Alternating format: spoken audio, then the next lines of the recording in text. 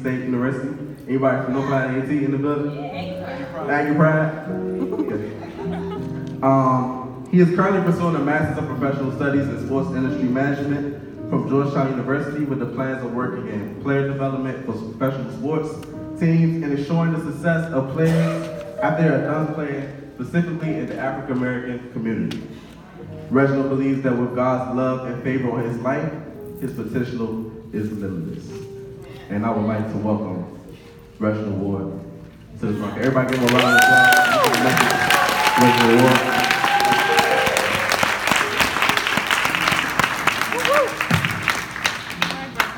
Thank you for that warm introduction, Keon.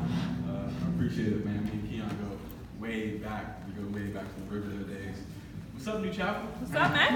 I'm excited, man. This is exciting. Yeah. First of all, I want to thank New Chapel and the young adult team. I'm definitely honored for this opportunity, so thank you all. I got to honor the pastor, Reverend Dr. Carrie Hill, and First Lady, Reverend Donna Hill. Thank you all as well. Thank you.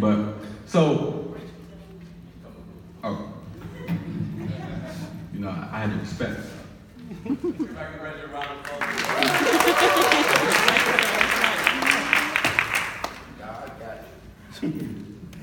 So, the title of this message and speech is Game of Faith. You know, when I was thinking about, what is it that I want to talk about, and, I began to study the Word and just look at different things, different stories.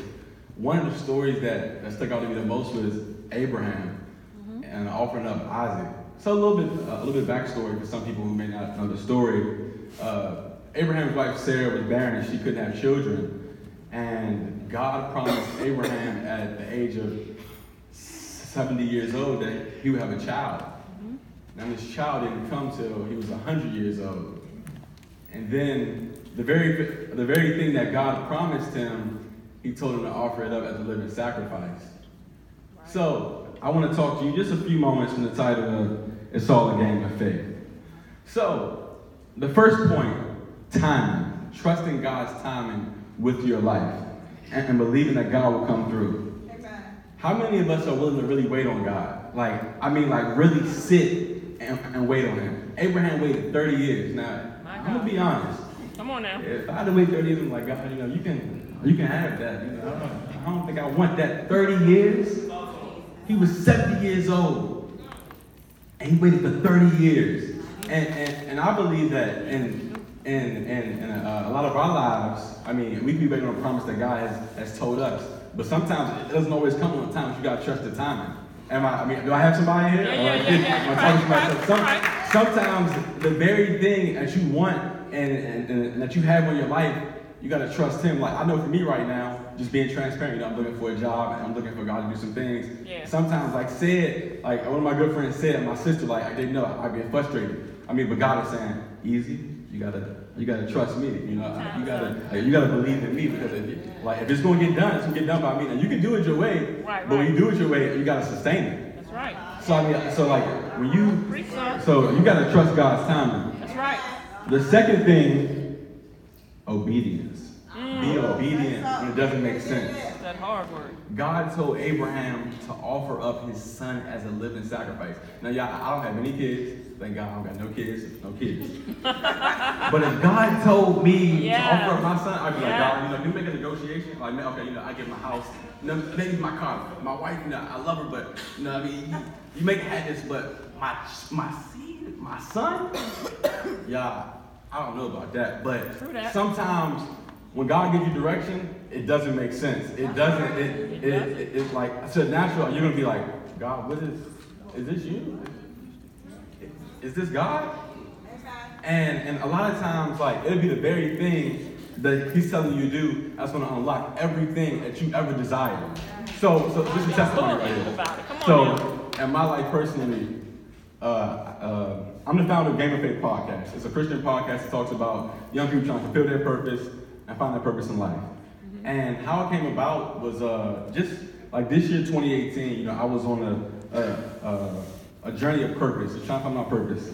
And people just begin to pour into me and say, Reggie, I used to start a podcast. So mind you, y'all, I never listened to podcasts a day in my life. I knew what they were, but never listened to them. Right. So somebody else said it again. So one night I'm praying, I'm like, God, you know, if this is you, you know, like have somebody else confirm it. So one day I'm texting one of my good friends, and I'm just sending her like a motivational text. And she says, you know, you should start a podcast. And I'm like, okay, God, this doesn't make sense, but I gotta walk by faith, you know, and not by sight. So, I mean, I created the podcast, and me and you in here, God told you to do some things, and you're putting it off, and you're running away from it, and you're trying to duck and dodge and juke it, but you can't. Be obedient when it doesn't make sense. Right. And the third point, sacrifice. What are you willing to give up to receive the promises of God for your life?